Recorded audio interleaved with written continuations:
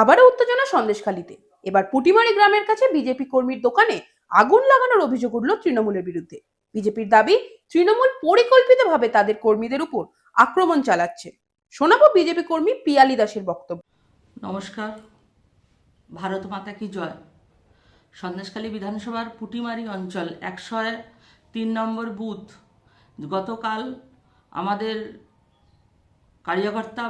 বিজেপির কার্যকর্তার তার বাবার দোকানে আগুন লাগিয়ে দেওয়া হয়েছে। টিএমসি যে চাইছে যেভাবে আটকাতে, এইবার সেইভাবে আটকাতে পারবে না। মারের জবাব পাল্টা মার পড়বে। বিশৃঙ্খলতা শুধু টিএমসি সৃষ্টি করতে পারে না, বিজেপিও পারে। সুতরাং আমি প্রশাসনের কাছে আবেদন জানাচ্ছি, ইমিডিয়েটলি এই হারমাদ বাহিনীর অত্যাচার থেকে বিরত করুন এবং নিরপেক্ষভাবে বিচার করুন। ধন্যবাদ। বিজেপি যখন তৃণমূলের বিরুদ্ধে অভিযোগ করছে, তখন সন্দেশখালী 1 নম্বর ব্লকের সভাপতি আলী গাজী যাবতীয় অভিযোগ নস্যাৎ করেছে। সবই তো মিথ্যা কথা। বিজেপির তো কোনো ইস্যু নেই, ওরা ইস্যু খোঁজার চেষ্টা করছে।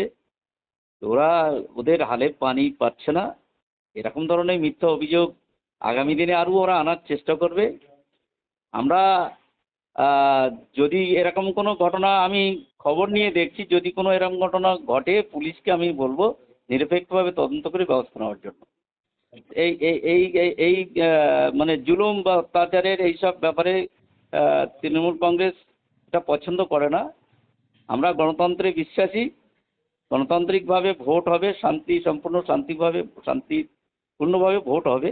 তো মানুষ যাকে পছন্দ তাকে ভোট দেবে, এরকম কুৎসা করার জায়গা সন্দেশখালীতে এখন এই মুহূর্তে। ভোট এগিয়ে আসতে তৃণমূল ও বিজেপির অভিযোগ আর পাল্টা অভিযোগের ফেরে একটু একটু করে উত্তপ্ত হচ্ছে Sandeshkhali. Bureau report, news pole Bangla.